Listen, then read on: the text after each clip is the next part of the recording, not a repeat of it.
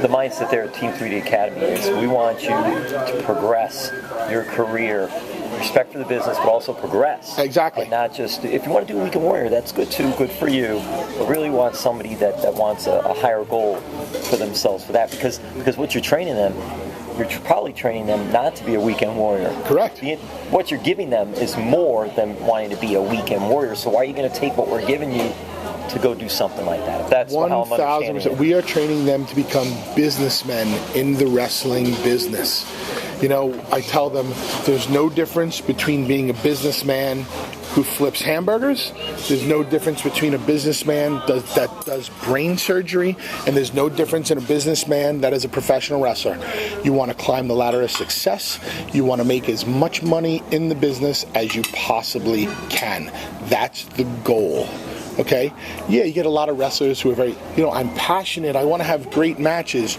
That's all fine and dandy, but having a 5-star match doesn't pay your mortgage, doesn't pay for the nice cars, doesn't keep your wife happy when she's home 300 days a year by herself. It's a business, and we try to teach them from day one that it's a business and they should look at it as a business.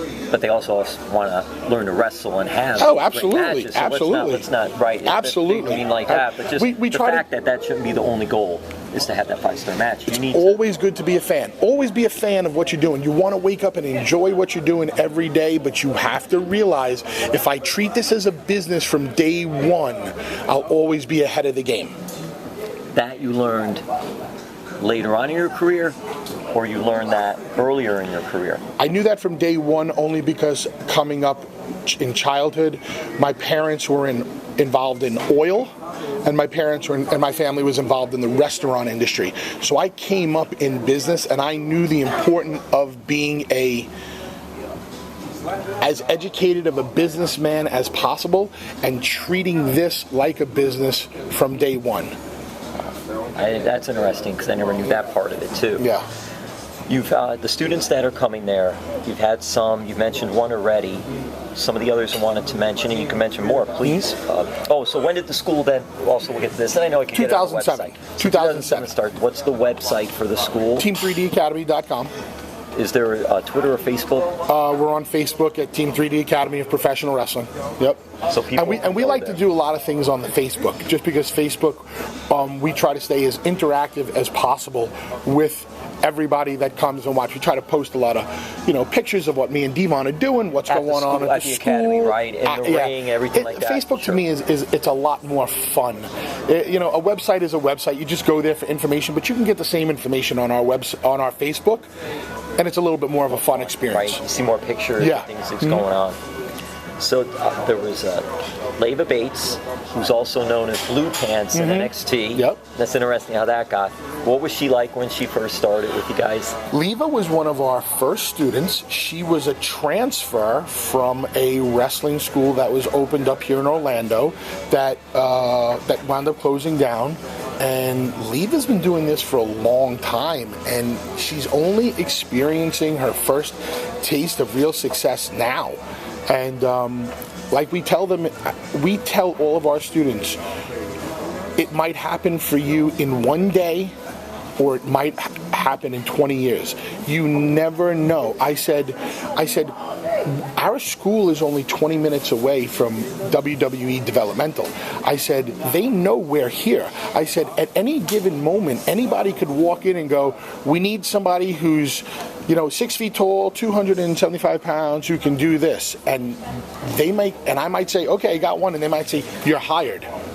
And that's the way this business works. You never know when the opportunity is going to come. And the opportunity doesn't always beat down your door. It's how in tune you are with the opportunity and how much of that opportunity you get for yourself. That's what we try to teach them there.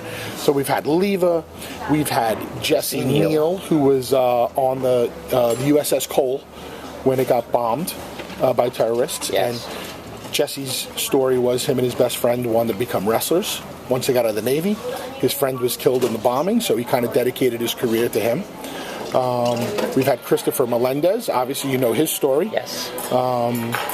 What has been? I want to ask you about Jesse real quick. Yep. What was he like? A lot of these I'm going to ask you are what they were like when they first came to school. Jesse was really good. He was really respectful from his Navy background, but he also had a bit of a chip on his shoulder because he was kind of like the big man on campus, all tattoos, mohawk, and then you kind of, if you're the big man on campus and then you walk into me and D-Von's, if you're in me and D-Von's presence and you have that chip on your shoulder, that chip is taken off immediately. Because we can out-chip anybody on our shoulders at any given moment. I've spoken to Jesse a few times. Obviously, I'm not as close as you guys are, but I think too, Jed, that's part of Jesse.